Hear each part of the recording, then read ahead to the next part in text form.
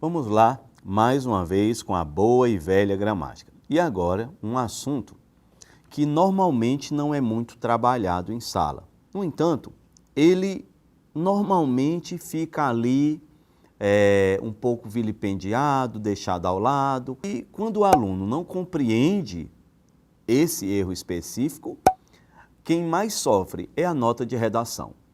Porque esse erro acontece numa resposta aberta de história, de biologia mesmo, e esses professores dessas disciplinas não precisam estar atentos especificamente para isso. Mas o professor de redação precisa, e o aluno precisa, para poder entender o que foi que aconteceu ali. O nome específico é ausência de paralelismo. Segundo Otto Garcia, que é um dos grandes teóricos, de gramática, ele vai e diz que na estruturação e na veiculação das mensagens, cabe levar em consideração o princípio do paralelismo. Claro, dessa forma, na coordenação, quer dizer, na organização da frase, os elementos que se unem precisam ter o mesmo, de certa forma, o mesmo valor. E quando coloca-se valor, é quase uma coisa meio matemática. O mesmo valor e a mesma função para a estrutura gramatical. Ou seja, ele deve manter a uniformidade. Para que a ideia seja entendida, é preciso manter essa uniformidade entre os termos. Claro, a ideia será entendida por essa similaridade entre termos. Chamamos isso, então, de paralelismo sintático. Quando essas ideias combinam, quando essas ideias podem, por exemplo, ser somadas, você tem um paralelismo semântico. Então, na verdade, tratamos da ausência ou da quebra do paralelismo. Existe a quebra do paralelismo semântico e existe a quebra do paralelismo sintático. A quebra do paralelismo semântico, nós podemos exemplificar com uma frase famosa do livro do grande escritor Machado de Assis. Lá em Memórias Póstumas, você encontra uma frase famosa que diz assim: Marcela amou-me durante 15 meses e 11 contos de réis. A genialidade do Machado de Assis está posta nessa frase. Se você nunca percebeu, essa frase possui a perspectiva platônica em relação ao amor, ironizado numa perspectiva realista e, portanto, aristotélica, que é a questão do dinheiro. Então, a personagem Brás Cubas diz que Marcela o amou enquanto ele tinha dinheiro. Esse enquanto tem a ver com tempo. Então, 15 meses e 11 contos de réis. Olha o que acontece aí. Nós temos dois valores ou duas ideias sendo somadas por uma conjunção aditiva. 15 meses e 11 contos de réis. Então, mês equivale à ideia de tempo e conto equivale à ideia de dinheiro. Como são duas ideias completamente díspares, não dá para ser somadas. Então, por causa disso, houve a quebra do paralelismo semântico.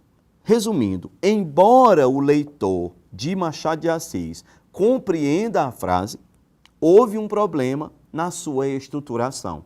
Na verdade, um problema quer dizer um erro. Como seria essa frase então? Não que a gente vá corrigir Machado de Assis, mas essa frase ficaria no mínimo assim: Marcela amou-me durante 15 meses, enquanto eu possuía 11 contos de réis. Então, a conjunção utilizada é que está errada, não é uma aditiva, não é? No caso seria enquanto, durante determinado tempo, enquanto eu possuía dinheiro, ela gostava de mim. Então, isso é um exemplo de ausência de paralelismo semântico e dos mais famosos. O paralelismo sintático, quando ele é quebrado, ele tem a ver com sintaxe mesmo. Então, você precisa harmonizar os termos gramaticais da frase. Quando se diz assim, não é? Pedro gosta de ler, de viajar e de sair com os amigos. Por que essa frase está correta? Porque primeiro eu tenho um sujeito, Pedro, e ele gosta. Utilizando transitividade, quem gosta, gosta de. O que é que ele gosta? Ele gosta de viajar, ele gosta de sair com os amigos. Pode olhar que você tem verbos no infinitivo. Então, o paralelismo sintático, ele trata principalmente dessa similaridade entre os termos gramaticais, não é? Verbos, por exemplo, quando você faz uma narração, no caso, né, você está contando uma história, você normalmente deve usar verbos no passado, verbos no pretérito. E esses verbos no pretérito, esses verbos todos no passado, é que fazem a harmonia sintática. Então, na hora que você constrói um texto, é preciso estar atento à harmonia desses termos. Então, é isso que chamamos de paralelismo sintático. Ele é comum, ele acontece normalmente no texto e, é claro, recorremos a esse princípio de paralelismo toda vez que devemos escrever. E, é claro, escrever corretamente.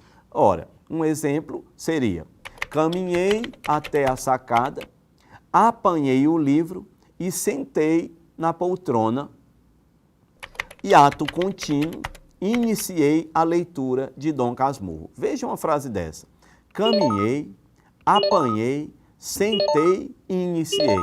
Todos os verbos estão no passado. Então, exatamente isso é que é o paralelismo. Ele está presente porque houve a harmonia desses verbos, eles estão todos no pretérito, ok? Um outro exemplo para encerrarmos seria: Júlia gosta de dançar, de ler e de ouvir música. Veja, o verbo gostar, quem gosta, gosta de. Na hora que eu digo que ela gosta de dançar, eu uso a preposição e um verbo no infinitivo. Depois que eu digo que ela gosta de ler, eu usei de novo a preposição de e outro verbo no infinitivo. Aí eu uso a conjunção aditiva. Na hora que eu uso a conjunção aditiva, eu posso somar mais uma ação. E aí gramática nos lembra um pouco de matemática. Parece que eu só somo termos semelhantes. Então, na hora que eu uso uma conjunção aditiva, eu preciso somar também outra preposição e, é claro, outro verbo no infinitivo. E é como se encerra a frase: gosta de ler e de ouvir música. Todas as construções verbais aí têm um de e todas estão com verbos no infinitivo. Então, é exatamente isso que chamamos de paralelismo sintático. Encerrando, paralelismo semântico, você tem uma ou mais ideias que de alguma maneira estão harmônicas. Se não estiverem, houve a quebra do paralelismo semântico. E quando eu uso uniformemente os elementos gramaticais, sejam pronomes, né, expressões como tal e qual, tanto quanto, ora, ora, quer, quer. Veja, quer você vá, quer não vá. Isso é também harmonizar e isso também é exemplo de paralelismo, ok? Obrigado, então.